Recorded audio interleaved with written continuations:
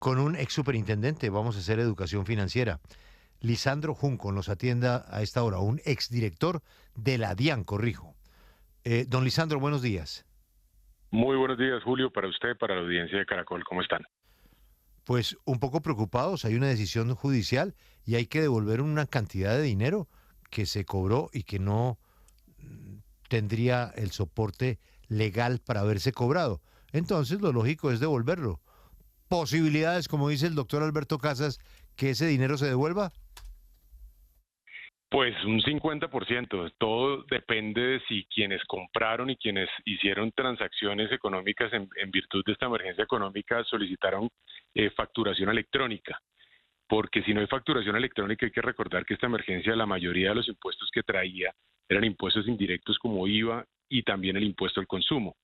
Y el IVA es un impuesto indirecto, igual que el impuesto al consumo. Entonces, la única manera para poder detectar quién compró fue a través de la facturación electrónica. Si no hay factura, pues muy complicado lo tiene la DIAN para devolver estos impuestos indirectos.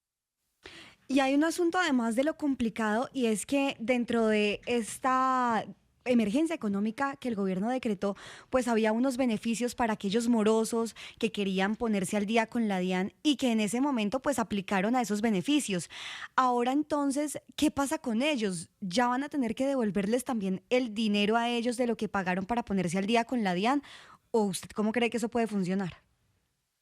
Bueno, lo primero que hay que decir es que la Corte declara inconstitucional este decreto de diciembre. Acuérdense que estamos también bajo otro decreto de emergencia que se promulgó en febrero. Ese todavía no ha sido analizado y lo importante aquí no es tratar de colegir o unir estos dos decretos. El que se cae trae unos impuestos directos que no se han pagado, por lo tanto no tiene inconveniente. Trae los impuestos indirectos que, como expliqué, solo podrán ser devueltos fácilmente si tiene factura electrónica. Y está el punto de la reducción de sanciones e intereses, mal llamadas amnistías o alivios tributarios. La Corte Constitucional ayer por la noche sacó un flash informativo diciendo que para este caso se les protegía a los ciudadanos que pagaron con reducción de sanciones y de intereses, es decir, crea una situación jurídica consolidada. Dicho de otra manera, se salvaron.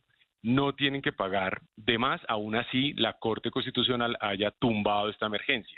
Pero lo importante acá, Luisa, es que la Corte envió un mensaje clarísimo y le dice al gobierno que no puede estar usando estados de emergencias para hacer este tipo de amnistías y prácticamente lo que dice es se la respeta en este caso por la confianza legítima de quienes actuaron de buena fe, que son los ciudadanos y que se acogieron a tiempo el beneficio, pero que no se las va a volver a pasar. Y esto es frente a la emergencia económica que estamos viendo hoy en día, la de febrero, que también trae una amnistía. Entonces el mensaje de la Corte es devuelvan los impuestos, ustedes cobraron de manera ilegítima, pero quienes pagaron con la reducción de sanciones e intereses se salvaron. Pero ¿eso cómo se hace? ¿Un cruce de cuentas? Es decir, a la siguiente que tenga que pagar impuestos a la DIAN, ¿cruzamos cuentas? ¿O simplemente me devuelve la plata en efectivo y me la gira a mi cuenta? Ese cruce de cuentas en términos tributarios se llama compensación. Entonces, la DIAN tiene que entrar a revisar si compensa o devuelve. La orden de la Corte Constitucional es devolver, no cruzar ni compensar.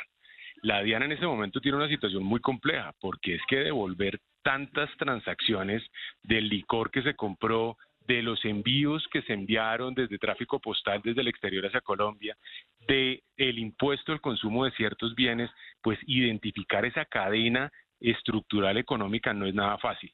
Y en 30 días casi que lo ponen a la DIAN en una misión imposible. Hay otro tema y es que el presidente Gustavo Petro publicó en su cuenta de X un mensaje donde dice que los impuestos que tumba la Corte de esta emergencia no se cobraron. El Ministerio de Hacienda dice que justamente ese IVA a los licores y el impuesto al consumo a los juegos de suerte y azar no alcanzaron a cobrarlos porque la Corte pues había suspendido esto y no lograron hacer ese recaudo. Entonces, ¿ahí qué pasa? ¿Eso es cierto? No, eso no es cierto. Acuérdense que el IVA lo pagan los ciudadanos y en la cadena de producción, por ejemplo, en el caso de licores, la industria de licores de un departamento fabrica el producto, se lo vende a un distribuidor, el distribuidor a un comercializador y el comercializador a un supermercado, a una tienda, a un bar. En ese orden de ideas, el ciudadano va y compra en esa tienda. Acuérdense que el impuesto de IVA es un impuesto indirecto y en cascada. ¿Qué significa eso? Que si bien es cierto, gracias a la Corte Constitucional que se suspendió el 29 de enero, hubo unos días y semanas de recaudo de IVA. ¿Qué es lo que pasa? Que esos IVA estaban en mano de estos intermediarios de la cadena productiva. En ese orden de ideas, tienen que pagar, y muchos de ellos lo pagaron porque son contribuyentes del IVA, del impuesto bimestral. El cuatrimestral se han salvado, pero no se pueden quedar con ese dinero porque ese dinero es de los ciudadanos que terminaron pagando como clientes finales esos productos. Ese es el ejemplo de IVA, pero también aplica para impuesto al consumo, que son dos impuestos indirectos que, como les decía inicialmente, necesitas tener la trazabilidad con la facturación electrónica. Exdirector de la DIAN, Lisandro Junco, gracias por despertar con 6 AMW de Caracol. Feliz mañana.